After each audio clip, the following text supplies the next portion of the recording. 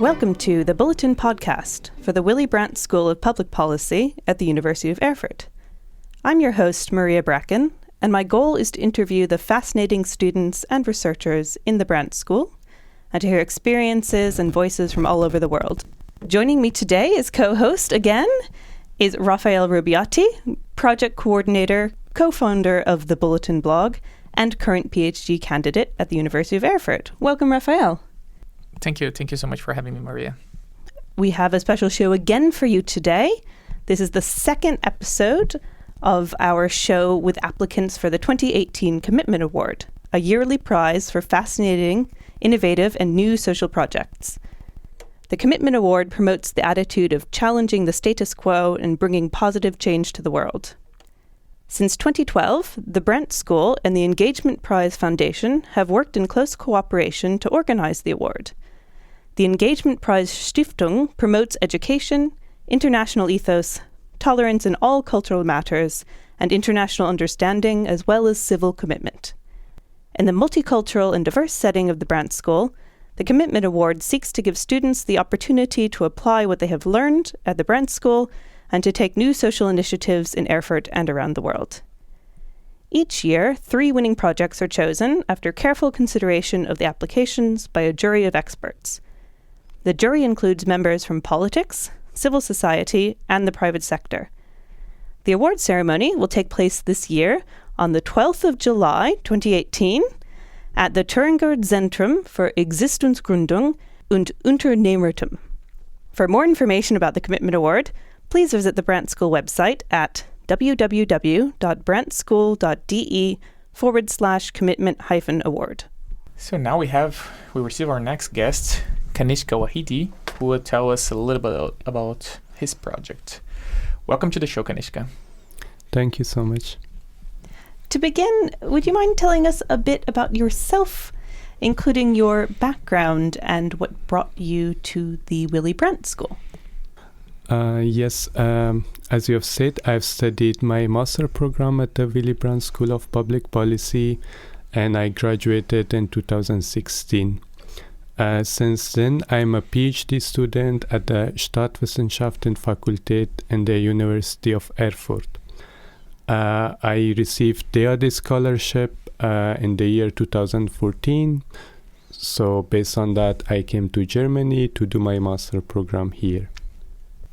Great. Now you just said you finished your MPP and you're currently researching for your PhD. Could you just tell us a little bit about what you're researching, what's your area, and what's the topic more specifically? My PhD dissertation is about poverty reduction and income inequality in Afghanistan. And the main question that I want to research, and I'm doing research, is about how to reduce poverty in Afghanistan and how we should bring the society more together in terms of economics, which also relates to this project that I have designed. That's a good introduction to our next section, which is to ask a bit more about your project. Firstly, what is the name of your project? The name of my project is quite interesting. It's called The Orange Uniform. It actually is part of my research that I was in Afghanistan last year, and I did interviews with people, especially poor people, middle class as well as high class. And I actually interviewed one person who are working as a municipality cleaner in the city of Kabul. And they wear this orange jacket, so they are visible to the general public because it's a crowded city, and they work from the early in the morning, from 4 a.m. in the morning till late and 12 o'clock in the morning. So that's the name of my project, and it's about the municipality workers in Kabul who wear orange colored suits. And what inspired you to create this project? I mean, how did you get interested in this problem or in this topic? So as part of my PhD research, I interviewed 110 households or families in Afghanistan, And based on my information, this group of the people are those who have the lowest income in the society. Their monthly income would be around $120 for the whole of their family, which is quite low if you compare it to the general cost of living in Kabul. For example, a typical house will cost $200-300 for 1 month rent. And the reason that I'm doing this project for this specific group of people is that they are poor, but they have the courage, the motivation to work and to find their own money and to help their families. So they are not just poor, they are trying to get out of poverty. And by this project, I want to help them to achieve this goal. So what are the main activities and objectives of your project? The project is quite simple. What I wanted to do is to bring the general public, especially the youths, in contact with municipality workers. The reason is that they are a kind of marginalized in the society because the type of work that they are doing. And second is that I want the people, especially the new generation, to appreciate the hard work that they are doing for the city. And third, it's the exchange of information about their living, about how they live, what are their main problems, so the general public could understand their problem, and that at the end, we Afghans should help our own Afghans ourselves, and we do not want that we always depend upon foreigners to come and implement one project for us, because that's not sustainable. The sustainable way would be that we ourselves identify a problem, and then we, especially the youth generation, work with them, and at the end we will bring a more coherent society together, and we will have a better life. And will this project be implemented in Kabul? Is that correct? Yes, in Kabul, Afghanistan. And could you just briefly elaborate on the steps, and what are the steps you want to take to implement this project? In the end, what is your objective with it? Okay, so first I will work with the youths. It could be from organization, non-profit organization, or university students. And these 100 youths will go and contact each of the municipality workers in the city. So they are working everywhere. One student will go and ask, hey, how are you? What's your name? How do you live? What's your problem? Like, to ask about them and to come in contact with them so they can know each other well. And just to build a connection between normal people and these municipality workers. And then they try to make a story out of it, like how their lives look like. And at the end, with the money of this project, they will also receive in-kind support in terms of basic needs that they might need. It could be like a shoe, it could be like a mosque that they're working, but they don't have these basic tools.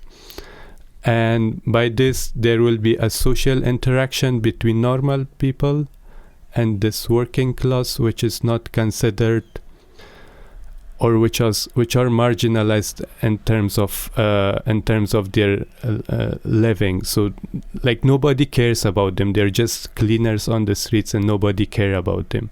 But it will bring this interaction between these two groups. And the last thing that I will collect all of these stories from these people, and then I will publish it in a form of a magazine, and then we can distribute it in open and public places, so more people get awareness of this project, that how the life of a municipality workers look like, and probably in the future they are able to contribute and help them directly. What are the biggest challenges that you anticipate facing with this project? During the planning stage, I thought about the challenges, and one of the main challenges, I think, would be the overburden, or the more attraction this project might receive. especially from municipality workers, because they are in desperate need of it. And I noticed that when I was doing my interviews, if I talk with one person, the whole group will come and they will think like there's some financial benefit. So I will try to keep it as low profile as possible, so that it receives attention but not as much. That's the one challenge. The second challenge would be it's a little bit difficult to get approval of the Kabul Municipality office, so we can work with them and that they also agree with this. Great. Now, in terms of the future, if you're successful in receiving the Commitment Award prize, what are your first steps? What are the first steps going to be, and what is the ultimate goal for your project? My first steps would be that I contact my supporting organization, which is called Generation Positive. It's a local organization in Kabul. And also I will contact other private universities so we can mobilize these youths and to make them ready to participate in this project. The next step will be that they go actually do the field work, the interviews with the municipality workers. And the third step would be that we collect all these stories from these people and publish it in terms of a magazine and distribute it. And my ultimate goal for this project is that we bring people together, make the society more coherent, and the ultimate goal is that our youths, our future generation, understands the social problem that we face, and they try to find a solution for it locally and by themselves. On a personal level, as an alumnus of the Brandt School, what are your current goals in terms of your career and your projects? What's next for you? Yes, I'm already in my next stage of life, which I dedicate my life to my study, and I'm doing PhD. That's the main big thing that I'm doing right now. I will hopefully finish in 1 year, and my future plan is to serve in a university as a professor, and I'm also interested in working with other international organizations and in my field of research. And now, in terms of your experience in the Brandt School, I know that's already some time ago, but what has been the best part of your experience in the Brandt School? If I compare it with my current and my previous education system, I would say that at the Brandt School, there's a lot of interaction and learning from our peers in class during discussion, during sessions, as well as outside of the class. Like, for example, we meet outside with our classmate. He's from somewhere, for example, from Mexico. We exchange and we talk about how life is there, what are their main problems, and so on. So the Willy Brandt is really doing a great job in terms of bringing international students all together under one roof so they can discuss main problems and main challenges globally and find for them solutions and implement better policies for having a better world in the future. Well, that's all the time we have for this segment. Kanishka, thank you so much for joining us here on the show. Yeah. It was wonderful to learn more about your social inclusion project for the municipality workers in Kabul. Thank you so much. Thank you, Kanishka. Okay, our next guest is Steve Wahu, who will tell us a little bit about his new project for the Commitment Award. Welcome to the show, Steve. Thank you, Raphael. To begin, I'd like to ask you a bit about yourself, including your personal background and what brought you to the Brandt School in the first place. Thank you. I'm a PhD candidate at the Brandt School. I began my PhD program in 2016. But this is my second time at the Brandt School. I was first at the Brandt School for my master's program, which I completed in 2014. And right now, I'm about, say, 1.5 years into my PhD. Yeah, I come from Kenya. Kenya is in East Africa. That's a brief about me. Yeah. So you were studying at the Brandt School as your MPP student, and now you're there as a PhD researcher, PhD candidate. Where do your academic interests lie? I mean, what's your project specifically you're researching now for your PhD? My academic interests are really within the region of Sub-Saharan Africa, and for a long time I've been interested in issues to do with conflict, because this is really the issues that really affect this part of the world that I come from. But my PhD is narrowing down on the question of terrorism and human rights within the broader framework of conflict management, and I'm interested in looking at what are the factors that determine why some states in Sub-Saharan Africa are able to obey human rights more than others when they are fighting terrorism. So basically, in terms of broad interests, it's across board issues of conflict, but in terms of my PhD, I focus on terrorism in Sub-Saharan Africa. Before we go into your new project, you were already a project winner in 2014 for the Commitment Award. Yes, correct, yeah. Could you just tell us briefly a little bit about this experience? Wow. In 2014, I was the third prize winner of the Commitment Award project, and my project in 2014 was a little bit similar to the one I'm doing right now. I focused on empowering young adolescents in primary school in Kenya. When I talk primary school, these are children who are going to school from age 6 up to age 14. But my focus was basically on those who are beginning their puberty. And it was on sexual and reproductive health, because at that time I realized in my own village, very many girls were dropping out of school because of early pregnancy. And if they did not drop out of school because of early pregnancy, then they had an issue going to school at least every month. They would miss 1 to 2 weeks because of going through their biological processes of menses.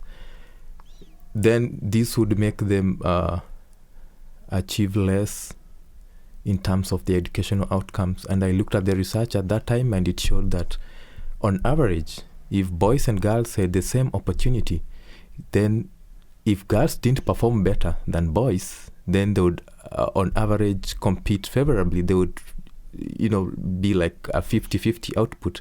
But then because of their biological processes, they begin with some disadvantage every month. They lose a week at least every month. So my project in 2014 was focused on delivering to the girls affordable sanitary towels. And this I partnered with a company in Kenya which produces these affordable sanitary towels. But I also took care of the boys, because the question of early pregnancies involves the boys, and it's because the boys either didn't have enough information on sexual and reproductive health, or they were just ignorant. So I focused on both boys and girls, and this was what was the project about. I have a website for that particular project, and it was an exciting project for me, seeing, I partnered with a hospital which provided me with experts who understand human biology to talk to the girls to be able to understand themselves, and also social workers to talk to the boys and both the girls on behavior change and life skills in terms of their sexual responsibility. Yeah. Moving on to your current project idea. Firstly, Yes. what is the name of your project proposal? The name of my project proposal is Football Tournament for Primary School Kids in Brufut. Brufut is a tiny village in the Gambia. I've not said word to word the title of the project. I've just paraphrased the way I've captured in my project here. So could you just tell us a little bit about this project? What inspired you to create it? How did you get interested in this topic in the first place? I bumped into this project by coincidence. I wasn't even thinking about it. I traveled to the Gambia this year in April for my research, my PhD research. So when I was there, I stayed in a small village called Brufut for 1 week because my key research focus was at the African Union Commission on Human Rights, which is based in the Gambia, and I didn't want to stay in a very populated area. I wanted to stay somewhere with the local people so that I could, because it was a new country for me. I wanted to understand their way of life. How different is it from my own background in Kenya? So I chose to stay in this village, Brufut. There's a small hotel there. So in the evening, I realized there was some kind of football match going around next to the hotel. So after doing my research work and having my interviews with my key informants, I went there to watch, and I realized these are school children playing. So I saw it about 3 times, and then I got interested. I asked about it. Is this a community initiative? What's really happening here? Then I got to learn about the project. It's a community initiative where they gather both boys and girls, and they form school teams. And it's some kind of league, and community members have to pay to watch these games, and the proceeds that come from these games are channeled either to support schools. It's not a lot, but they can buy basic things like chalk, for instance, or support those kids who cannot afford some things they need to go to school, maybe a bag, or they can't get a pen or a book. And so this is how I got interested. And at that point I saw, okay, this looks like a good candidate for the commitment award. So I did some research about it. I talked about it with the people who are managing the project. And then when I came, I still wasn't really keen on making an application. But then I saw an email sent to all of us, and I was like, okay, I think I can think about that project. So for me, this project was a coincidence, and it's also interesting for me because it's a new country. It's not my country, but it's a bit similar to the project I implemented in Kenya because it focuses on children around the same age group, and it's still the same issues. The only difference with this one is that it is integrating sport into education. So sport becomes an avenue to teach these children other things that they cannot learn in the formal system in school.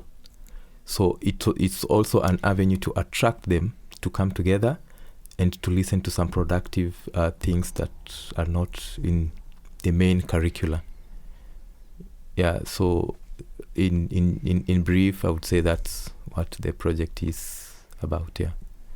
And what are your specific activities that you're hoping to implement?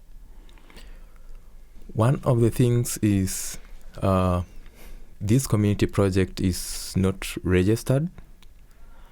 And because it's not registered, it also provides a formal, because of that unregistration status, it provides a formal challenge. They cannot access certain resources that would, for instance, help them. So one of the things that I'll do in this project, the very first, is to help them get registered. I gathered that for them to register, they need to pay some monies to the government, get like a tax PIN number, get a registration certificate, and they have to travel all the way to Banjul. Banjul is some distance from Brufut. So all these are costs that need to be met. And I think if they organize themselves, although it's a community project, but if they organize themselves in some kind of formal organization, a community-based organization that is properly registered, then they can be able to do much more things. That's the first thing.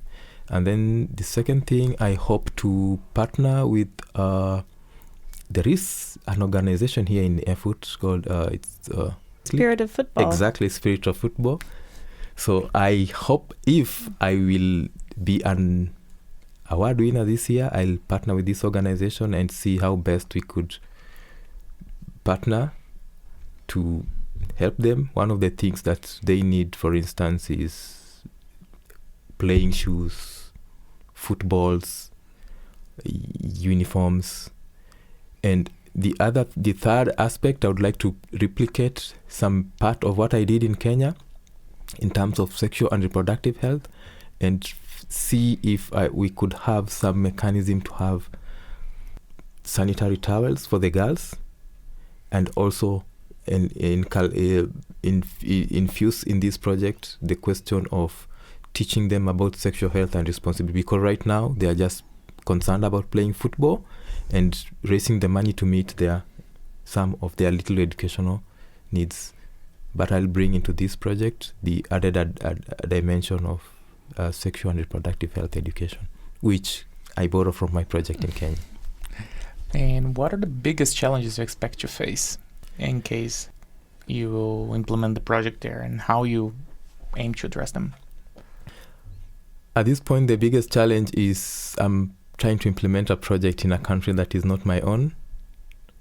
So obviously that would be a big challenge for anyone, because I'll be here in Germany and this is not my country. It's only a country that I visited. But I think there are ways to get about that, because I have my colleague who comes from the Gambia, who's Lamin, and we've talked about this, and through him we can still manage this. And so we've discussed with Lamin, and I think through him and through his own networks, it should be pretty much possible to manage this project, even if I do not come from the Gambia, and even if I do not reside there. And besides, I think international engagements are the world is becoming global, it's becoming smaller, so we cannot shy away from doing something beneficial to a community, because we simply don't come from there. We have a lot of international organizations doing everything everywhere, but they do not come from the same region. So it's a challenge, yes, I do accept, but I think it's a challenge that is quite manageable and solutions can easily be found. So for me, that's the main challenge that I see. Looking ahead to the future, should you be successful in, again, securing funding from the Commitment Award, what would your first step be for the project? My first step would be to first get in touch with Spirit of Football, because they have done this, and this is something I know that they'll be interested in, and sit down with them and see what we could do together. That will be my first priority, because I would like this project to proceed beyond myself, to proceed beyond the Commitment Award. And I think joining with good partners is one way of bringing in a component of sustainability that is very valuable.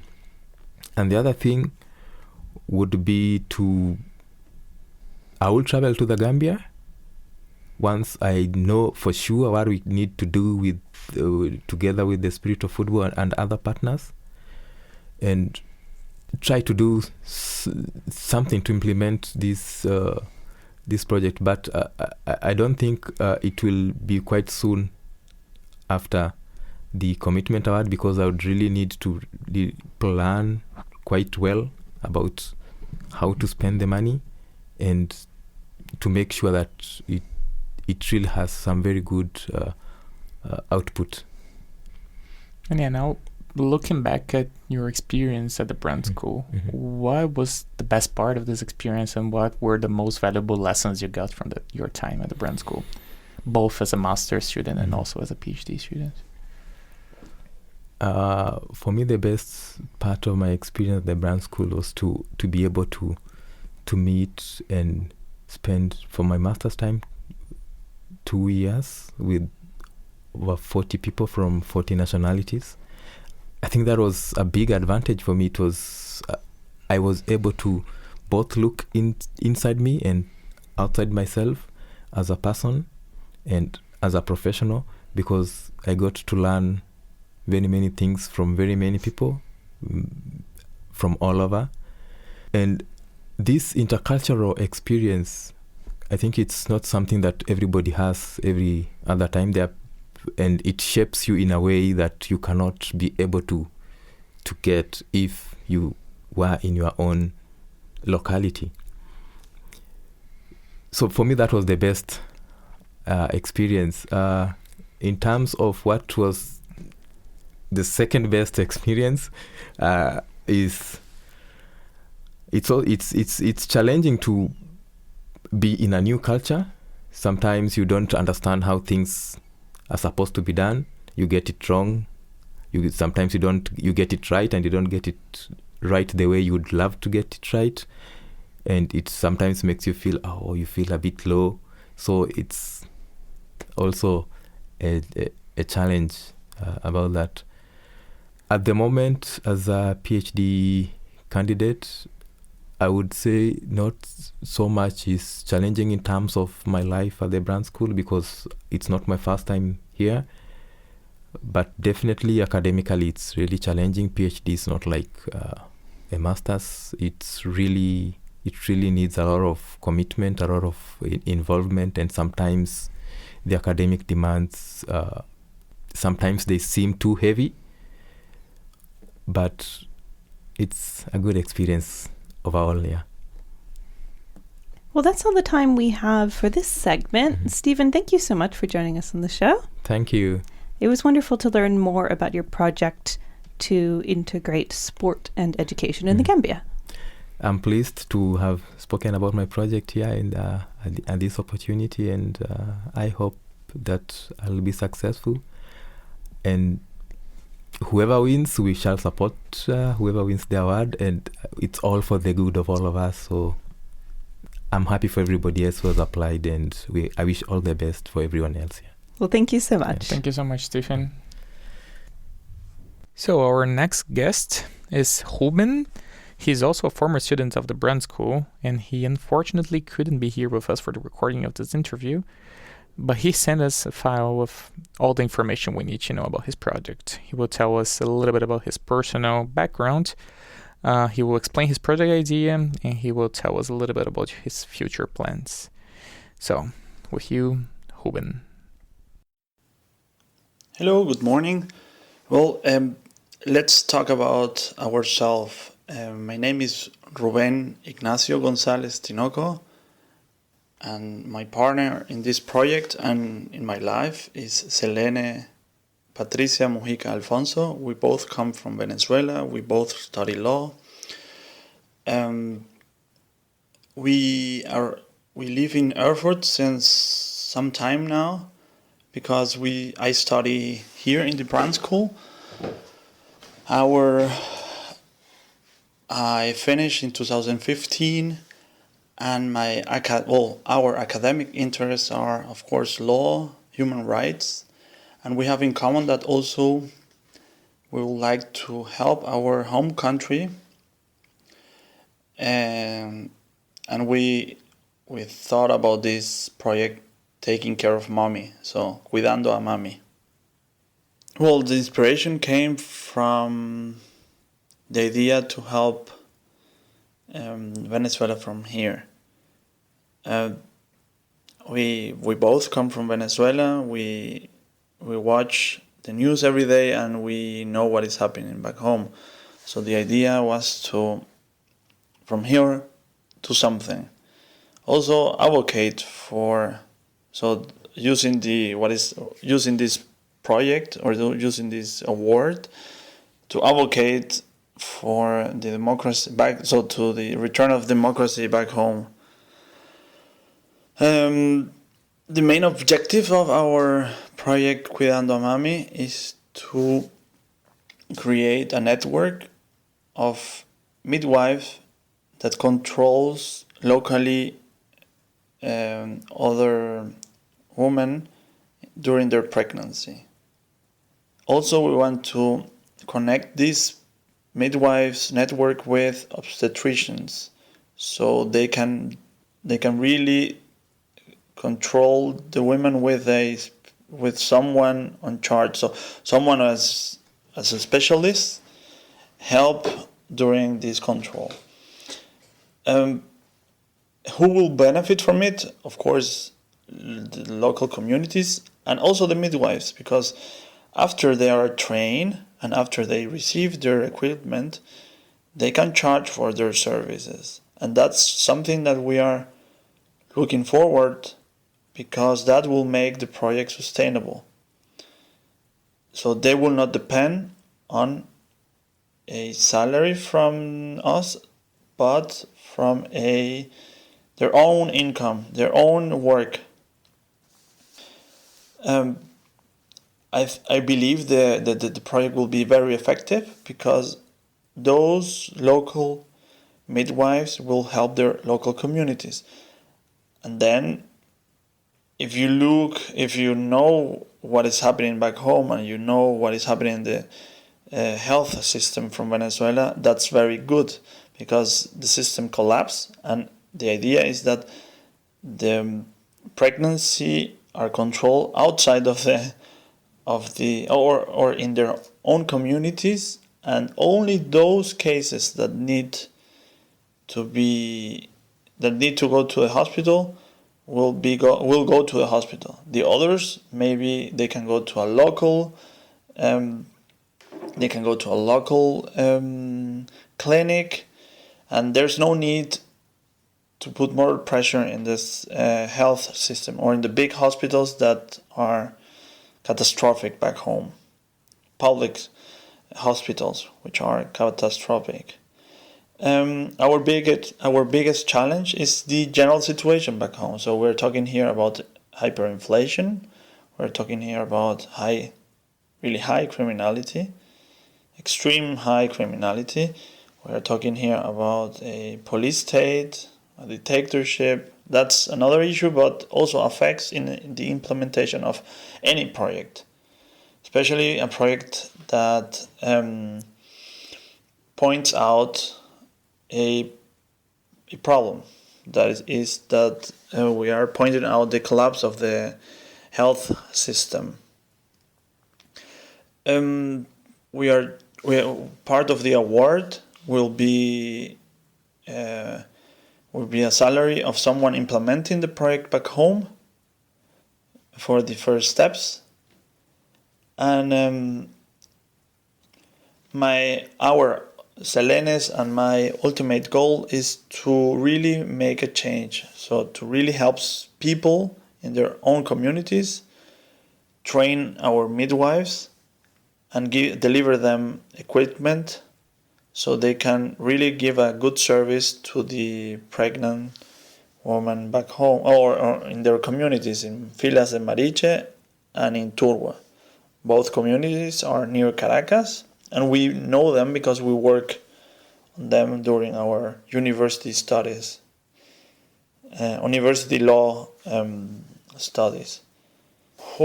That's a very complex question to answer in only 1 minute, but I will try my best. I think the best part of studying the Brandt School was, of course, the knowledge I learned, and also the contacts I made with amazing people all around the world. And I think that's one of the best things from the Willy Brandt School. And secondary, I have the chance to learn some languages to improve other tools or the things that I needed to my professional life. And also, I have to say it, I have the chance to see new perspectives for problems. It was incredible. The Brandt School is incredibly diverse, and I think that's the biggest or the best thing that the school has. I will end this my answers here. I am really thankful for the commitment award. I wish luck to all my co-participants, And well, let's see us and discuss about this in another occasion. Bye-bye. Okay, then our next guest is Ruben Leon. He will tell us a little bit about his project. Welcome to the show, Ruben. Hi, Raphael. Hi, Maria. Thank you for having me here. To start, can you tell us a bit just about yourself? What is your personal background and what brought you to the Brandt School in the first place? Well, I did my bachelor's on economics in Ecuador, and after that, most of the time I spent working at the public sector.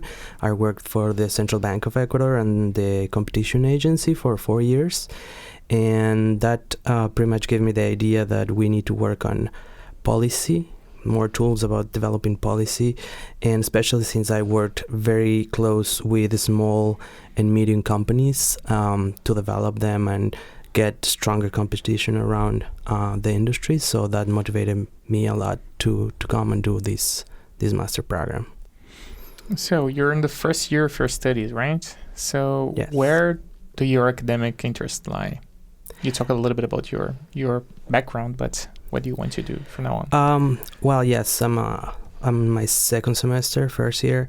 Most of things that I like are very related with entrepreneurship.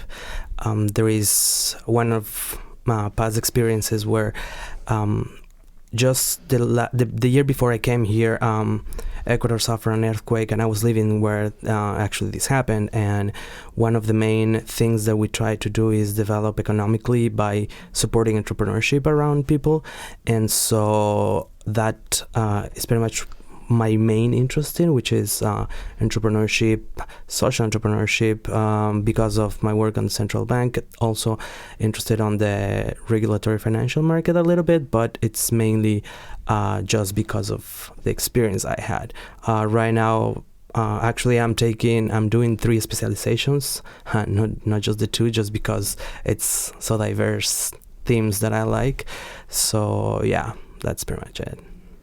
Moving on to your project idea for the Commitment Award. Firstly, what is the name of your project, please? The project is the Sharing Living Project, and there is 5 members on it. It's not just me. It's Aaron Sandoval, it's Henry Cabell, Ricky Hanahan, and Maria Brackin. So it's the 5 of us doing this interesting project now. Yes, our astute listeners will have noticed that that is indeed my name. I am one of the 5 members of this group, so behind the interviewing microphone, but very much involved with the project. But could you tell us a little bit about what inspired you to create this project, and how did you get interested in this problem or this topic in the first place? Well, in the first place, what we did is we all took the social entrepreneurship class. During this class, we had to come up with an idea of developing a social enterprise. And so one of the members, which is Henrik, he had an idea because his grandma is living by herself. And we tried to come up with a solution for this because obviously his parents didn't have enough time to spend with her and stuff like that. So we started doing some research, and we did some thinking sessions to see what we could do about this. And we realized that the elderly people in Germany especially, and in Europe in general, are growing a lot. And also we realized that the student accommodation, like rents for students, are going up also. And we came up with the idea that we could match some of these students with the elderly, so they can first, the elderly can have companionship and have somebody to talk to, spend time with, and for the students find cheap rent that they can afford, and it's easier for them. What are the main objectives of the Sharing Living Project? Well, after we have been thinking, we have many things that we can approach. The first one is trying to make elderly people have a better quality of life, having companionship, having somebody there most of the time. And then for students, like I said, it's cheaper rent, and also gaining more experience with elderly that are interested in the same topics as them, and so we can have social engagement there. And we have a third mainly objective, which is peace of mind of the families, because you know how mobility right now, families that are working need to move to another city, move to another place, and they leave, you know, the grandparents, their parents alone. But having this program, this project, they can have peace of mind knowing that their parents or their grandparents are going to be with somebody when they're not necessarily there. And where this project is to be implemented and how? Well, the first idea is to implement it here in Thuringia. We have been doing some research already about the statistics, and we realized that, for example, rent around here grew already in the last 2 years, grew by almost 30%, and then the elderly population is high too, so we're going to try to implement it here in Thuringia first, and then if we have enough success cases and we see that this could go, you know, to other places, to other states, lenders here in Germany, we would do that too. Is it just the elderly and students who are beneficiaries, or could other groups potentially benefit as well? Definitely, I think the beneficiaries of this project could be the whole society first, because, you know, you get more social engagement for students, companionship for the elderly, but not just them. It's actually also, for example, the government, because there is right now a concern on how much they are spending on taking care of elderly, and this is going to grow up because obviously elderly people are going to be most like close to 33% in a couple of years, and so they're going to have to put more money, invest more money on this, and these kind of projects like us, like Sharing Living Project, can bring some social value, so they don't have to spend more of their budget in this kind of programs to take care of elderly or stuff like that.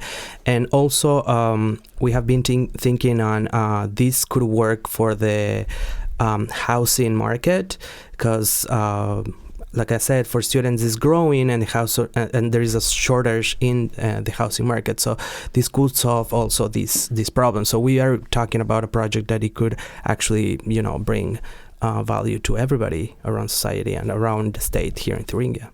You mentioned bringing together these two groups. How would that work in practice? Well, in practice, we will create a platform. That's a technological platform that you can access either by computer or by cell phone through an application.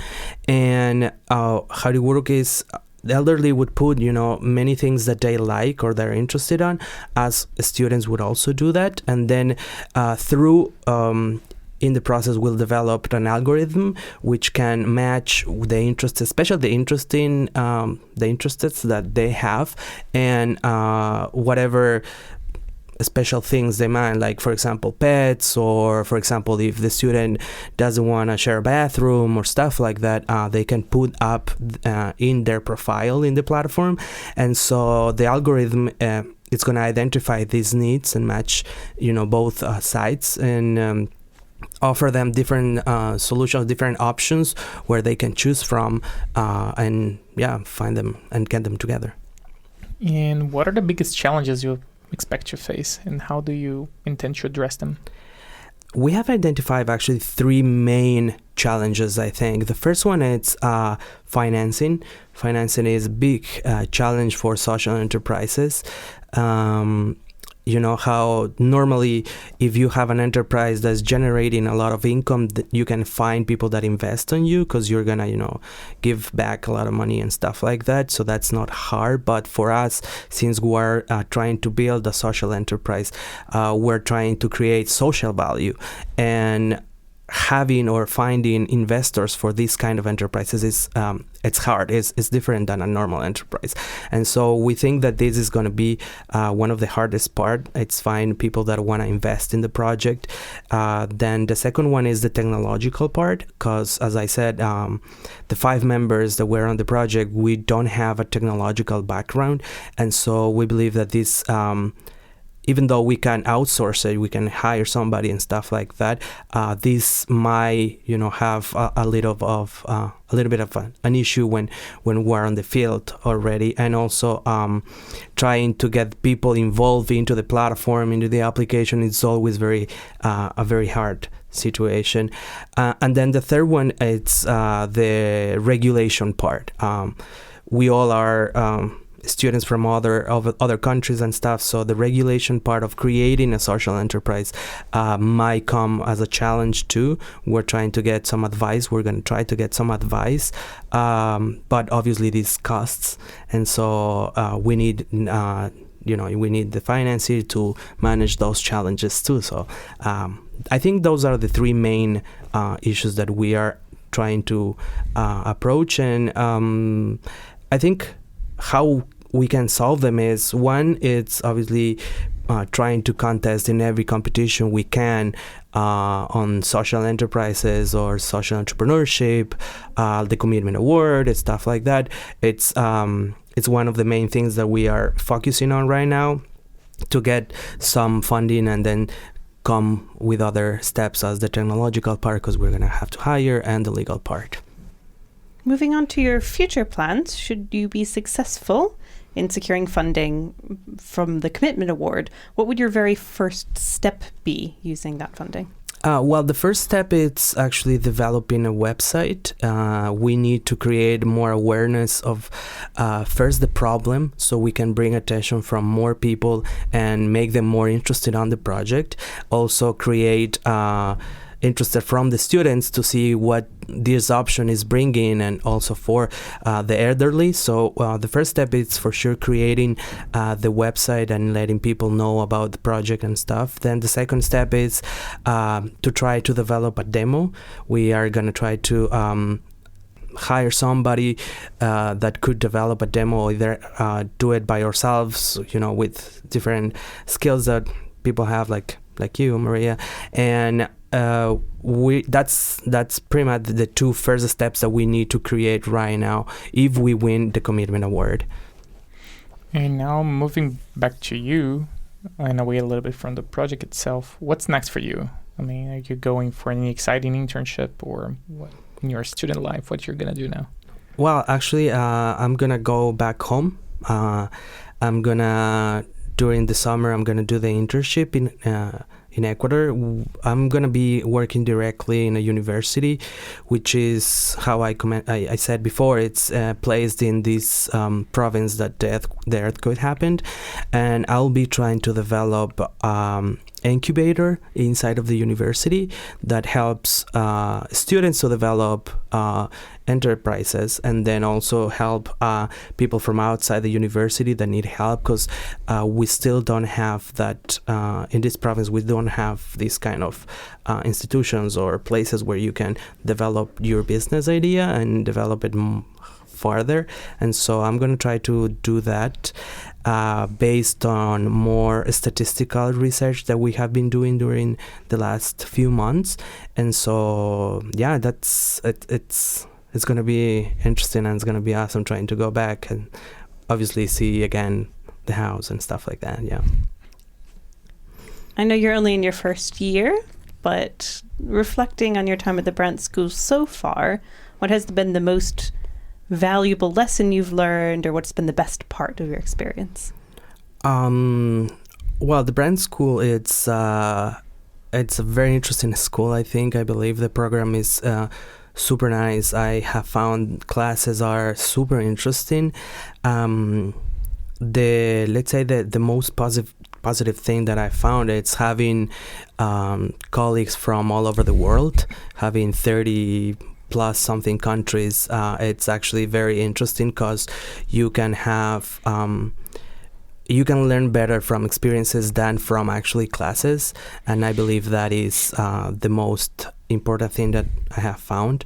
One of the interesting parts of having this, though, it's actually whenever I decided to do a public policy program, I decided because I want to be involved with the either political part or also the bureaucracy in Ecuador. And by talking to the people, it's just few colleagues that want to get involved in the politics, into the bureaucracy part. And I think that was very interesting, because whenever you think on public policy, mainly you think either on politics or the government or the bureaucracy, and actually it's not the most people don't think like that the most, which I found it super interesting. And then let's say the best experience as itself as it is, I think it has been with the project. The project, I think, has been the most fun experience, the most, having, for example, winning 2 prizes out of the state and the university because of the idea. I think those are the most exciting parts and happiest parts of this first year, and actually brings hope that you can have more things to celebrate after that. Well, that's all the time we have for this segment. Ruben, thank you so much for joining us on the show. Thank you, guys. Thank you for having me. It was wonderful to learn more about Sharing Living Project and your approach for multi-generational housing. Thank you very much. Thank you. Well, that's the last of our interviews for our Commitment Award episode. And once again, more information about the award is available on the Brandt School website at www.brandtschool.de/commitment-award. You can find out more about our show on the Bulletin blog page at thebulletin.brandtschool.de. If you have any questions, comments, or suggestions for future shows, feel free to contact us via the blog. Until next time, work hard and change the world.